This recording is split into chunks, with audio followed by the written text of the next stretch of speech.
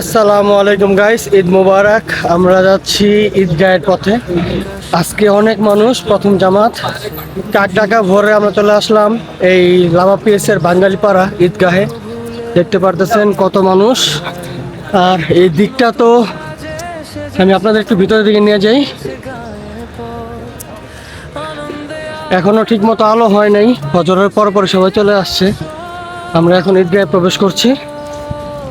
এই সে আমাদের ঈদগাহের মাঠ, ঈদগাহের মেন গেট।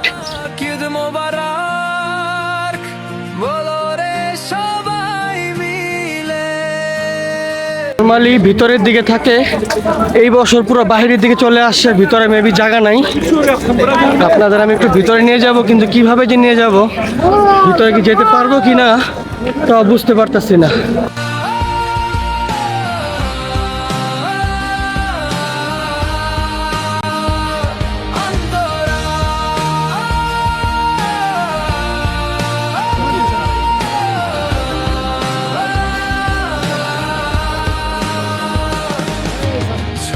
খোকন নতুন জামাই দিচ্ছে ভীষণ সেলামি পাওয়ার আশায় মনে দেখেন কি অবস্থা, ভিতরে প্রবেশ করা যাবে না, আজকে বাইরে দাঁড়াতে হবে।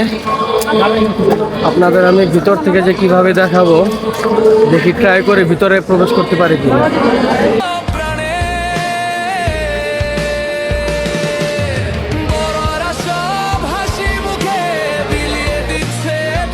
এই হচ্ছে অবস্থা, মানুষজন ভিতরে ঢুকতে পারতেছে না, হাজার হাজার মানুষ চলে আসছে। এই বছর তো পুরোই অন্যরকম। এরকম চিত্র আমরা গত 17-18 বছর আমি আমার লাইফে আমি দেখি নেই।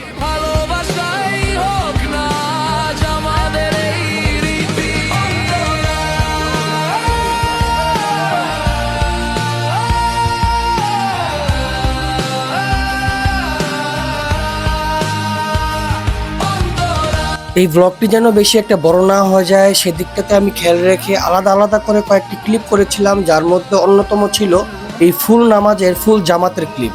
সো সেই লিঙ্কটি আমি আমার এই ভিডিওর নিচে ডিসক্রিপশনে দিয়ে রাখবো বা কমেন্ট বক্সে দিয়ে রাখবো। সেদিক থেকে আপনারা দেখতে পারবেন এই ঈদ উল ফিতরের ফুল নামাজের জামাত। অতঃপর মুসল্লিরা নামাজ শেষ করে ঈদগাহ থেকে বেরিয়ে যাচ্ছে, এবং বেরিয়ে যাওয়ার সময় যে সকল পরিবেশগুলো আছে, আনন্দমুখর পরিবেশগুলো, সেগুলো একটু আপনাদের মাঝে তুলে ধরার চেষ্টা করছি।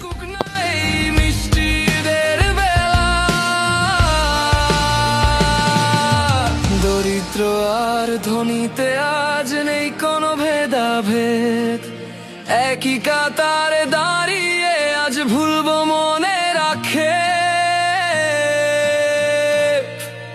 হাসি গানে মেতে উঠুক প্রতিটি আঙিনা, এমন দিন যেন মোদের শেষ হতে আর চায় না। ঈদ মোবারক, ঈদ মোবারক,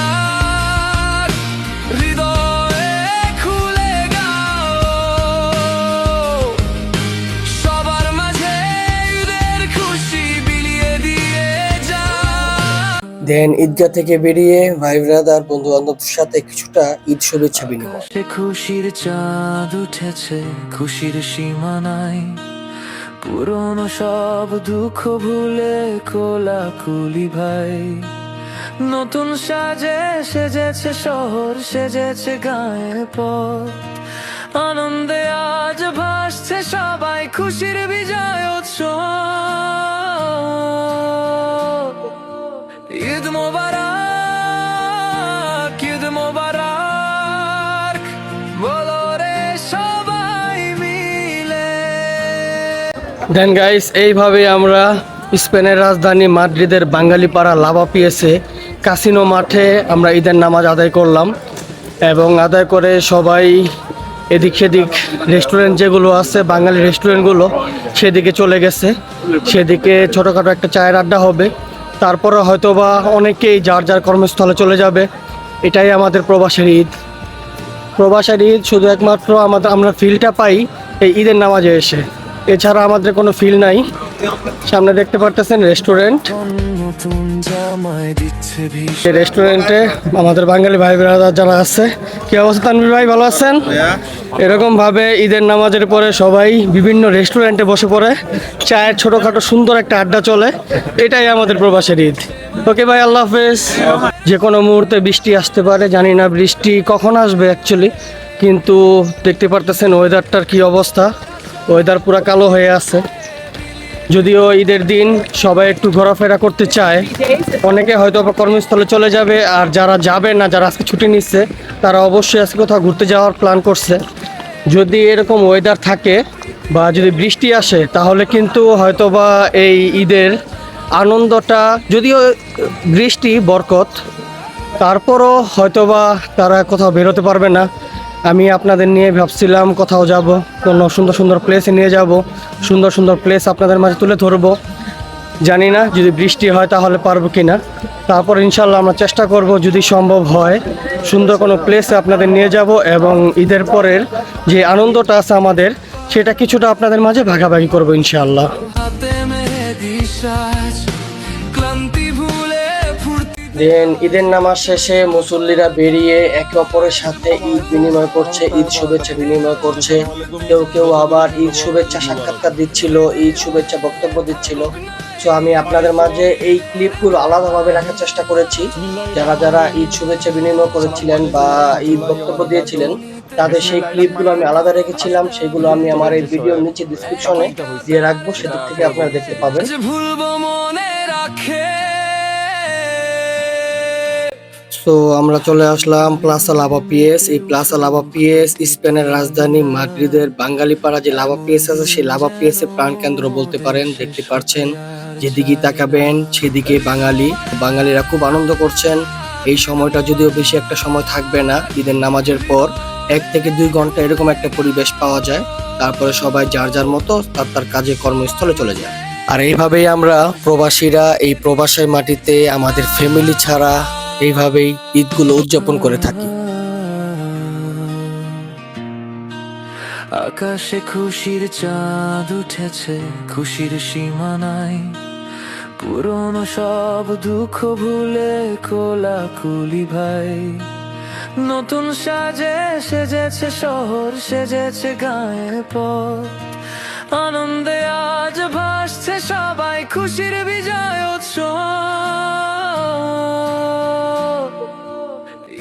তো এইভাবেই স্পেনের রাজধানী মাদ্রিদের বাঙালি পাড়ার বাঙালিরা ঈদের নামাজ আদায় করে বন্ধু বান্ধব বা ফ্রেন্ড সার্কেল নিয়ে বিভিন্ন রেস্টুরেন্টে প্রবেশ করছে, এবং ভিতরে বাহিরে তৈরি হয়েছে অনেক আনন্দমুখর একটি পরিবেশ। দেন এই রেস্টুরেন্টের ভিডিওগুলো নিয়ে আমি আপনাদের জন্য আরো একটি ক্লিপ তৈরি করার চেষ্টা করেছি। সেই ক্লিপটি হয়তো বা আপনারা অলরেডি দেখে ফেলেছেন। সো আর যারা দেখেননি তাদের জন্য এই ভিডিওর নিচে ডিসক্রিপশন বক্সে এই লিঙ্কটি আমি দিয়ে রাখবো।